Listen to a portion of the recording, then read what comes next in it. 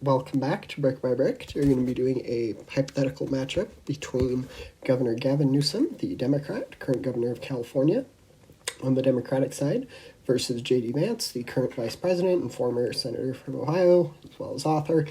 We're going to be going through this matchup between these two candidates. I've already got all of the safe, likely, and lean. There might be one or two more lean states, but for now, I'm just going to go with the tilt.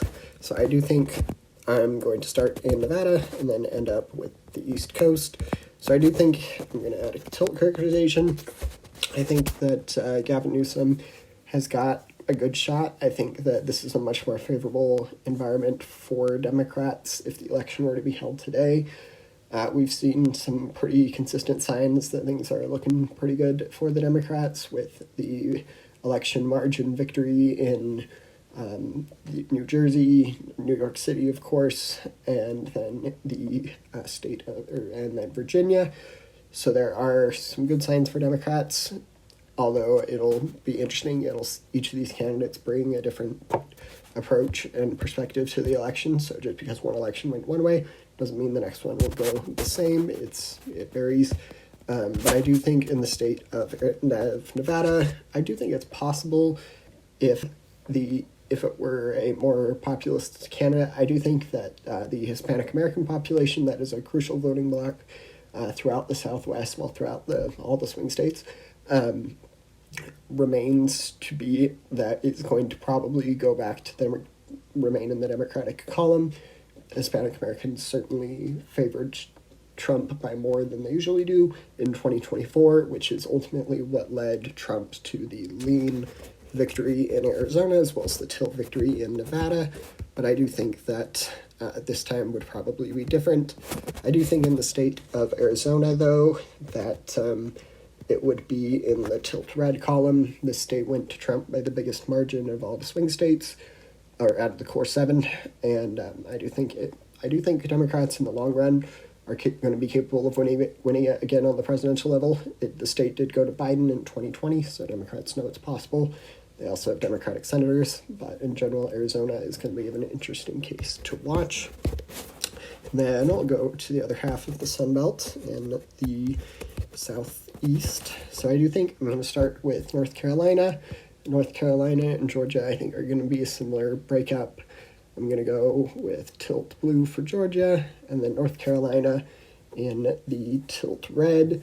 North Carolina and Georgia both have interesting Senate elections coming up in 2026. They are currently favored, the Democrats, John Ossoff in the state of Georgia, and then I believe his name is Roy Cooper, the former governor of North Carolina.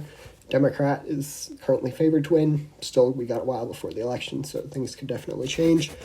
And then that leaves us with these three Rust Belt swing states. These are, I do think in the long run that the Sun Belt is going to become more and more Democrat-friendly, while the Rust Belt is going to begin to lean towards the Republican Party. We've seen these states go back and forth. Trump was it was ultimately what led to his victory in 2016.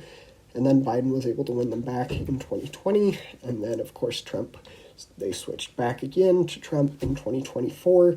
And I do think that if the election were to be held today, that it would probably be a switch back to, well, I'm going to start with Wisconsin. I do think that Wisconsin has a shot of being in the lean category. We've seen some elections with I believe it was this Wisconsin court election with the judges, and that ultimately was a good litmus test for the Democrats. But we'll have to see what happens. Next up, we get to say Michigan. I do think if I were to characterize one or two of these swing states in the lean category, that it would probably be Wisconsin in the lean. I'm a little apprehensive. I did say I would just do tilt for all the swing states. So elections can vary. I do think that just by nature of these states being swing states, it's going to be close. Almost whoever is on the ballot, it'll be a close election, even in the states in the Rust Belt. So I'm going to end up with the state. Oh, actually, with that is enough for the Democrat Gavin Newsom to reach 273.